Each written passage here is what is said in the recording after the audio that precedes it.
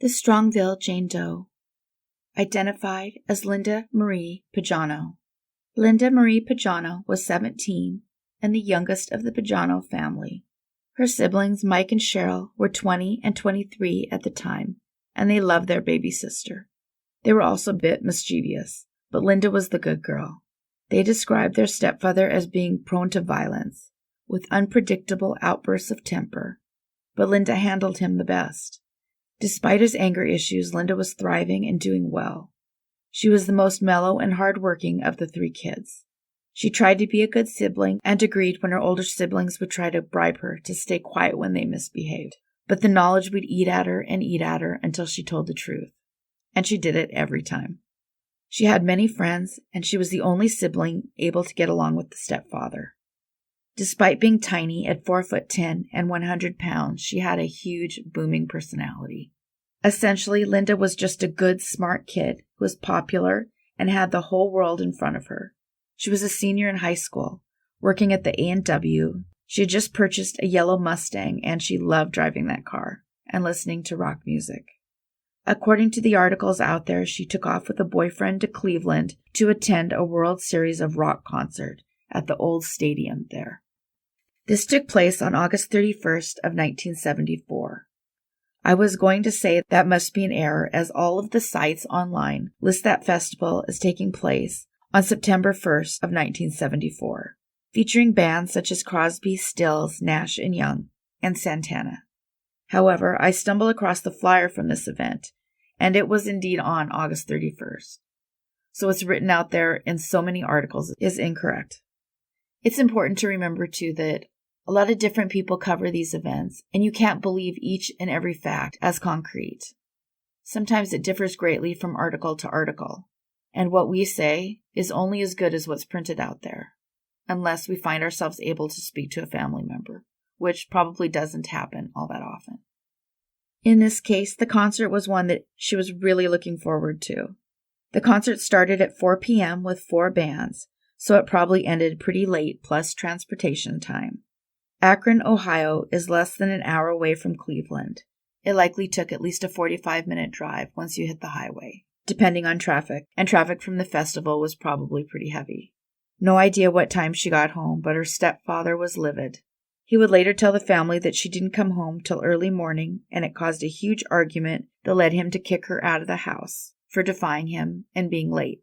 However, he couldn't seem to explain why she left her brand new car behind. His sister Cheryl said that was it. It was like she vanished right off the face of the earth, and she loved that car. The stepfather reportedly called the kid's mother at their home in Springfield Mobile Park, which suggests they had an apartment and a mobile home in 2 different towns that were about 171 miles apart. He said he was calling and looking for Linda. Linda's mother, Cheryl, said she just figured Linda was with friends. The police simply treated Linda as a runaway, and as a result, there was no media attention at all. The Pagano family made their own flyers, and they were passing them around, searching for the missing young lady. Mike actually heard about the Strongville Jane Doe from a news report in February of 1975. At the time, he told his mother, and she for some reason insisted Mike refrain from calling, perhaps because she didn't want to consider her daughter could have passed away. And although she refused to let him call the police, he did so anyway. But when Mike spoke to the police, they said no, it couldn't be her.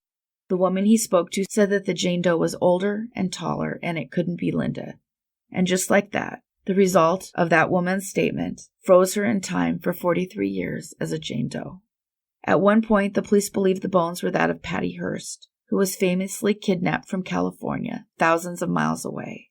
It never occurred to them she was the missing teen from 40 miles away. Her remains went unidentified and were later buried in Potter's Field. However, they were noted in a directory, and a woman named Christina Skates happened upon it.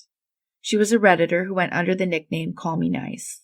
The 27-year-old Redditor was a college student and not even alive when Linda disappeared. She still took it upon herself to sift through documents belonging to the Cleveland Cemetery.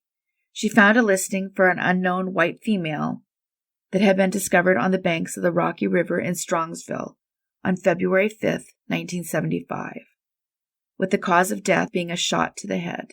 She even took it upon herself to call the cemetery to confirm that nothing had changed, that the woman was still a Jane Doe. The young redditor then went to the local library to comb through microfiche and view all of the articles written at the time.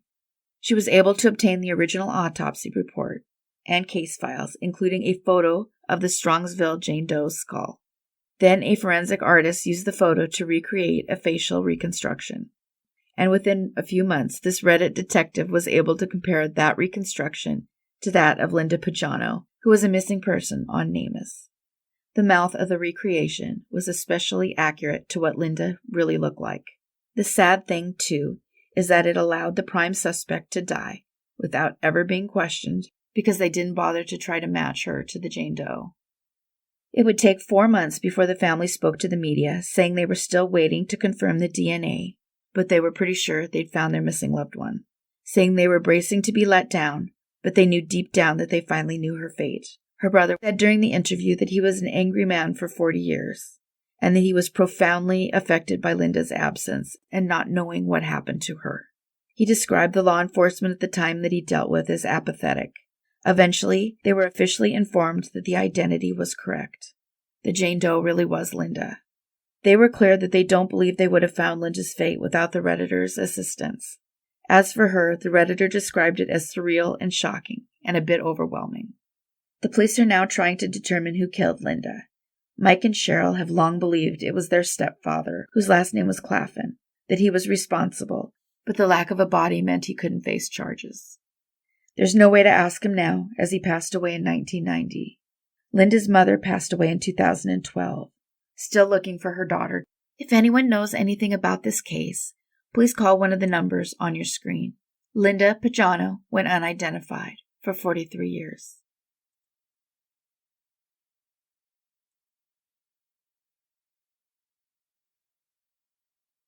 Thanks everybody for watching and listening. If you enjoy this channel and haven't yet, please take a moment and hit the subscribe button. Thanks everybody. Take care of yourselves and each other.